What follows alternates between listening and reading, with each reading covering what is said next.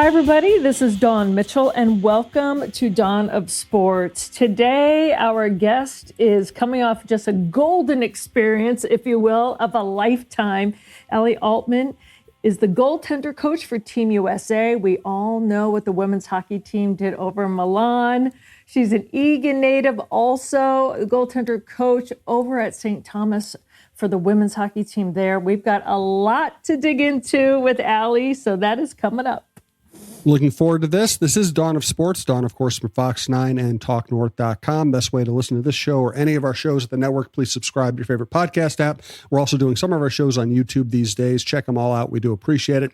We're also sponsored we're sponsored by Lexus of Wayzata and Maplewood. Well, I am so excited to talk to Alli Altmann right now. I can't even imagine, Alli, what you and Team USA has just been through. I know this team in years past has won. They've been victorious. It's been one of the staples for any Team USA across all sports. But to come home now, knowing that you're part of a team that won gold, how are you feeling right now? Honestly, it's just all been a whirlwind, and it's really kind of hard to fathom. I'm honestly just proud of this team and what they've been through and what they stand for, and the job that they did out there on the ice. And I couldn't be more proud as a coach to coach them, especially our goaltenders. Well, thank you for leading into that, because I know the three goaltenders you had: Erin Frankel, Gwen Phillips, Ava McNaughton. But let's talk about Erin Frankel. When I saw her stat that she faced a total, and correct me if these numbers are wrong, but I think that they're spot on, a total of 99 shots on goal and only 2 went in. That is mind-boggling. Is it so for a coach as well to see that? Yeah, it's so mind-boggling. But I mean, if someone were to put up that number, I mean, it would be Erin Frankel. I mean, you look back to what she's done in her career in college hockey and pro hockey, like I don't even want to say it's surprising. Like, it makes complete sense that she did what she did. What do you like most about her? Well, I know everyone says quiet goaltenders, and when I talk to people that don't really follow hockey, they're like, well, what do you mean? She does not give up a lot of rebounds. She doesn't flail, obviously, because she's a professional goaltender. But what do you, as her coach, like most about her? Honestly, for you to say those two things about her as a coach makes me feel so good about her game and where it's at. Because if we look back to where her game came from her college years, and she was maybe that goalie that was a little bit more unorthodox and relied on her reflexes and maybe gave up an occasional rebound that you're like, oh, maybe that, maybe we can control that. Right. And to hear your feedback, and I've heard it from countless other people about the control she had, not only with her saves, her rebound control, where she was putting her body with her positioning and being in control of the whole crease itself. But it's amazing to hear that feedback about where her game's at, because I know she's not even close to where she could be. Oh, wow. So I think my favorite thing about her is her pro mindset and her eagerness to always want to get better and never settle. And that, I want all young female and male goaltenders, if you're listening, that is the key, because you can start a certain way and even after your college years become even better. And you say that she's just scratching the surface. That's incredible. Yeah, I really think that she still has another level that she can get to in her game, and which would be crazy. I mean, if she's got 99 saves and only gives up 2, I still think that she can even excel more than that, which is insane to even say. So, oh my gosh. So how do you, as a coach, or anybody on the coaching staff, when you're not on the ice yourself and the game goes to overtime for gold, how do you contain nerves, jitters? Do you talk to yourself? Do you hold your breath? What is that like to be part of that? So I sit up in the suite level with our GM, with Ellen Hughes, our consultant, with our strength coach, Cal Dietz. We had a ton of the men's staff up there with us, supporting us. And what's what's crazy is I've had this question by just some friends, like, were you nervous? And it was weird. Like, I wasn't. Like, Really?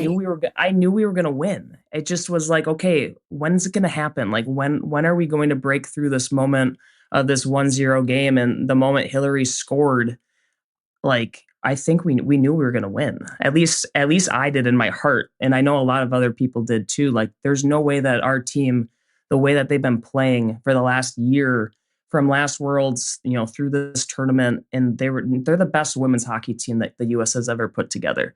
From our first line to our fourth line, first string goalie to our third string goalie, and I knew it was going to happen. It was just, okay, when's it going to happen? Like, maybe you get a little bit anxious that way, but truly, I think there was a ton of belief in the locker room from players to staff all the way through.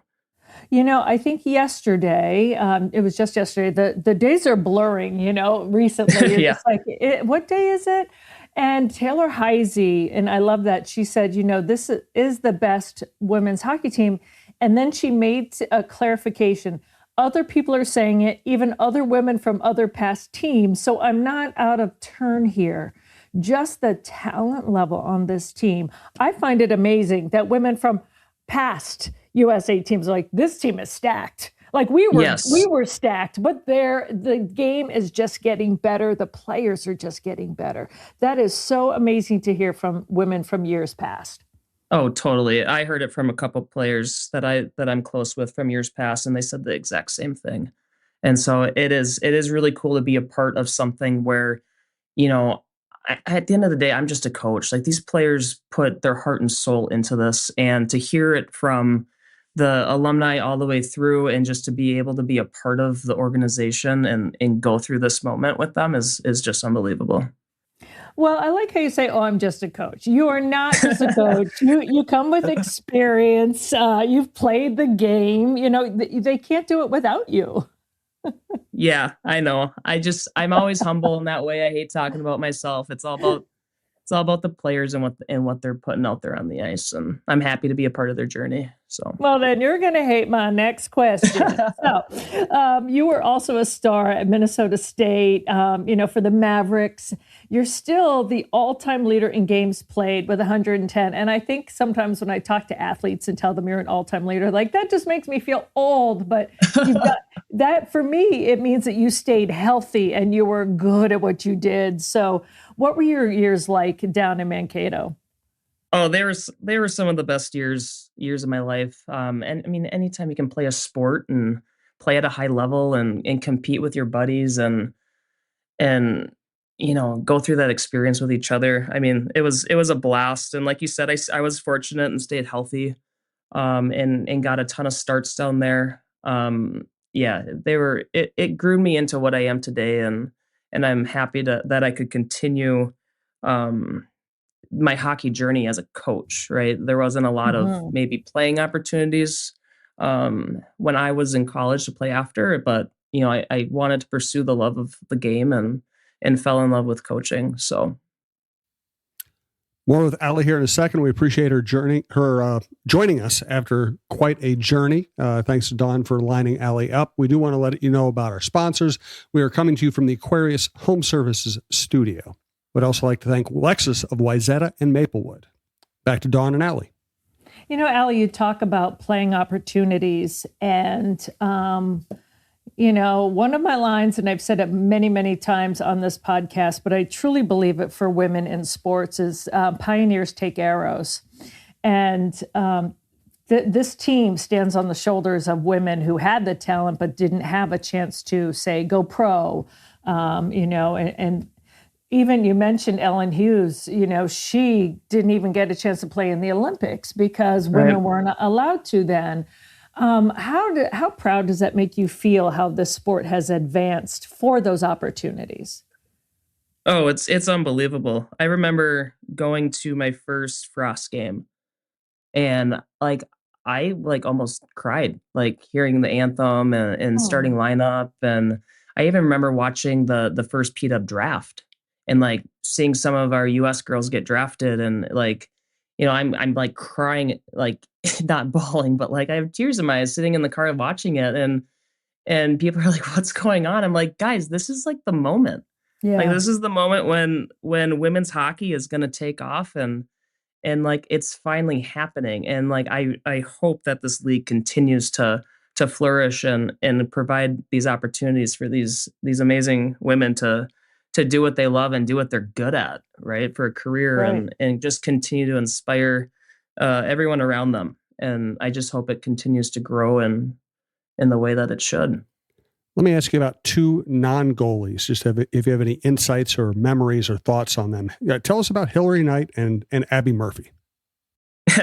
So Murph and I go back a little bit. I coached her at the U18s, and she's one of the best players. I mean both those names, right? Like you can Mhm. list off anyone on our team and be like, oh my gosh, they're like the best to ever play the game. Murphy is someone that you want on your team. She brings the fire, she brings the jam, and she's special. She's not only crafty, but she brings that energy and a little bit of fight to the game, and you need those players on your team. Hillary Knight, the goat. She is the Right. best to ever play the game, and she is such a good player, such a good leader.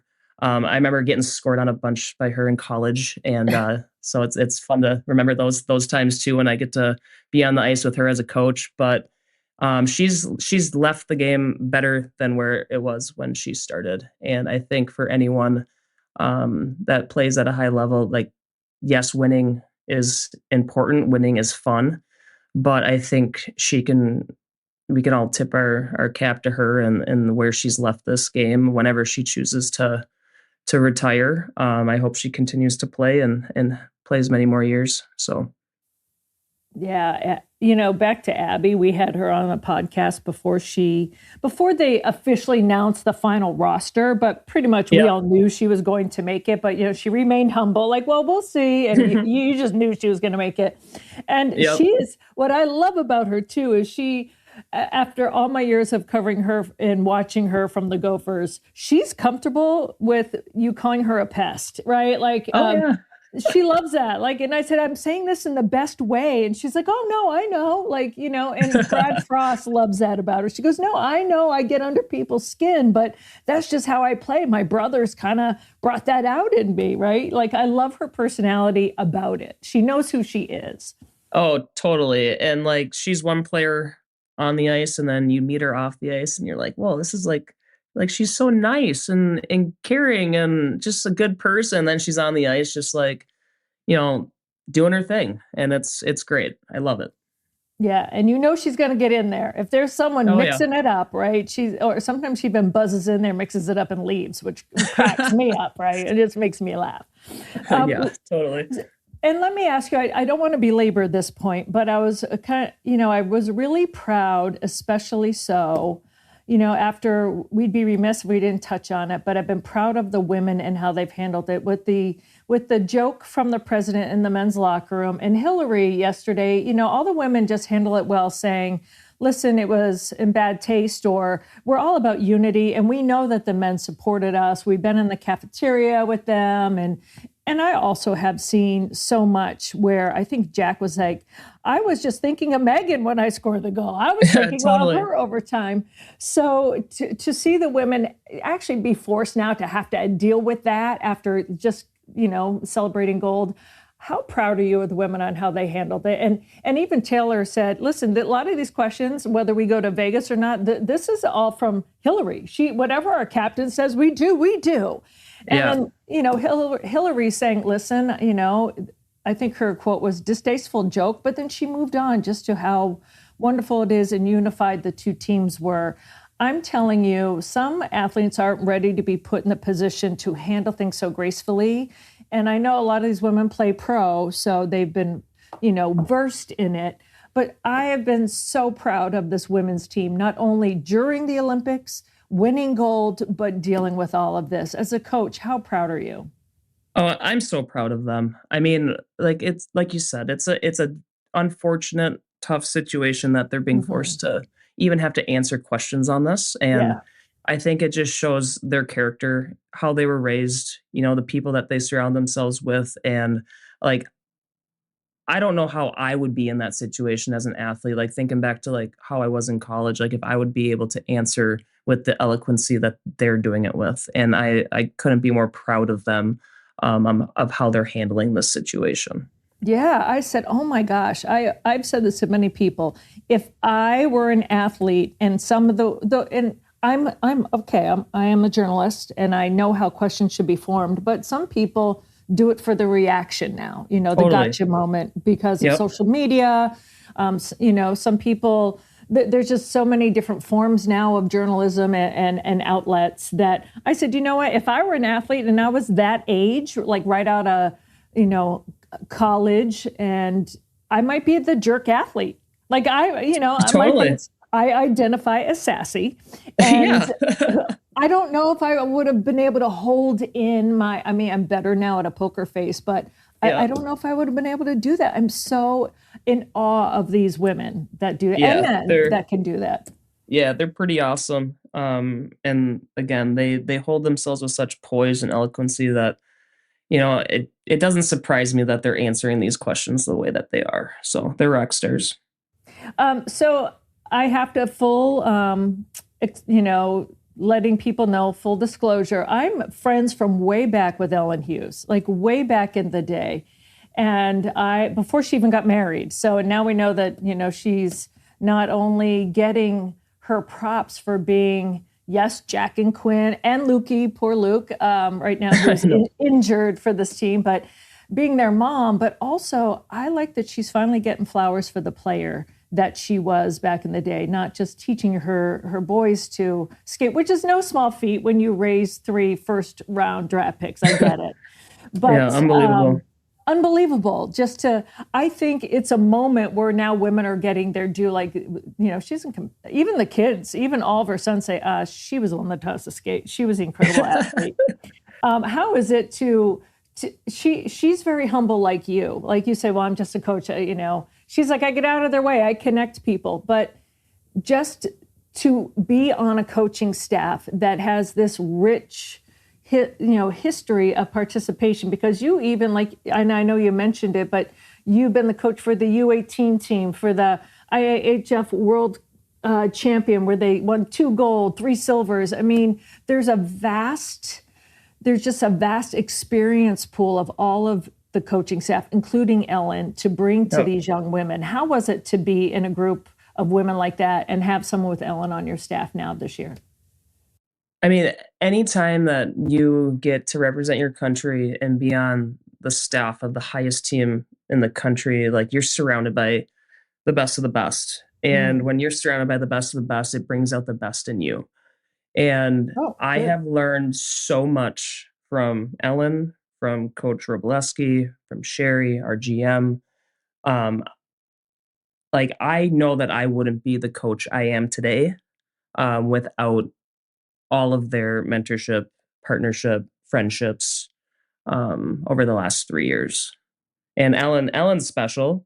She obviously has raised 3 kids that are in the NHL, and she has a ton of knowledge and history, and she holds herself with poise and grace. And I've learned so much from her, and specifically on on just speaking and learning how to just command a room and voice your Mhm. opinion, and just her friendship's been unbelievable as well. Oh, that's great to hear. That's awesome to hear. And there's no small task that you have ahead of you now. I mean, people like, oh, they're back and they're partying. It's like, no, you are still the goaltender coach at St. Thomas, and you Yep. have a Goliath, not Like Wisconsin, but the second in the Ohio second one. State Yeah. that you're facing. Have you had enough time to catch your breath? That's what I'm asking. Yeah, I have. Tuesday I did a bunch of laundry all day and got the house organized and got to practice. And Wednesday I got to practice, and the girls took off yesterday, off to Ohio. But yeah, it's gonna be an uphill battle. But like I told those guys yesterday before they left, like no one remembers what happened during the season. Like playoffs Yeah. is do or die, and if you don't like what happened during the year, then change it. Like right now, it doesn't matter. Everyone's reseeded, and you guys have an opportunity to go take down 2. Like why not? Yeah. It's easier said than done, but if they got to bring their A game. It's what they got to do. Well, I have just been so happy to see both the men and women's side how the hockey programs in just the few years that you guys have been D1 has caught lightning in a bottle. That must Totally. be great to see just the trajectory of the teams, even basketball, but being on the men and women's side for hockey, it's like it's almost like St. Thomas is a microcosm of what you just said, right? Anything can happen once you get into D1, and now anything can happen once you get into the postseason. So, Totally. the women can embody that spirit, don't you think? Yeah, totally. And I think too, like relying on maybe some of the the success they had during the season going into this weekend. I mean, we it was tough, but we did take Ohio into two really good Yes. overtime games. So I think if they can channel some of that going into tomorrow and just have some confidence and just play a really good game, we never know what can happen. And obviously, we're going to need strong goaltending. Chances are they're going to outshoot us. So if we can be strong in the net and kill off some penalties, maybe score a power play goal, anything can happen. And from what I've been watching this year, and correct me if I'm wrong, you use different goalies. So it's not just one that you ride the whole way. You have Danny Strom, Nora Hannon, and Julia Minotti. Yep. What have you seen from your trio of goaltenders this year that you have liked and how they've helped each other improve? Yeah, I think the biggest thing is off the ice. They're a pretty tight knit group. Julia's been great to have come in as a transfer senior, and she's just been a really good role model and mentor to our other young goalies. Obviously, we have another senior goalie, Maggie, that also does a great job with the mentorship role. But Danny's been fighting a little bit of injury this season, so we've been trying to get her into games, as you can kind of see sporadically throughout the season. But she's been battling a couple injuries here and there, which has kind of kept her out of the lineup. And Julia's stood really strong for us, Yeah. taking up most of the minutes. And then freshman Nora Hannon from Edina has gotten into a couple games too. And she's been doing great. Yeah, you need that in case, like you said, there's injuries that someone's battling. Just that sisterhood of goaltenders is just so important. It's such a rare thing, even on an NHL team or a PWHL team, whether or not they're playing, how close they are off the ice. So it's that we're competing. We want to be the one starting. We want to be the one in goal, but we get if we're not. It's you have to have that rare bond between your players. Oh, totally. Like goalies I coach, especially when I get to coach them on a team environment, I'm like, hey, you guys don't have to be best friends. Like, Right. no one ever said you have to be best friends. If you are, great, love that. But you guys need to have respect for each other and push each other and compete in a healthy way on the ice, off the ice. Because guess what? Goalies is one of the toughest positions in all sports, and only one gets to be in the net any given moment. So, Mm. you guys have to find your ways to continue to excel and be ready, because you never know when your opportunity is going to come and when you need to play a game for your team. Well, I So, want to give you a little bit of props on that too, because you have your own business in terms of helping develop goalies, Devenir goaltenders, right? yep, yep. Co-owner, vice president. So if there's any young goaltenders out there, Alli can be hired to help you. But would you say that the mental aspect is just as hard to develop players as it is getting them, like you said with Erin, getting her quiet, that kind of thing, the reaction Yep. time, the mentality is important. Totally. I think that's the piece that separates the really, really good goalies to the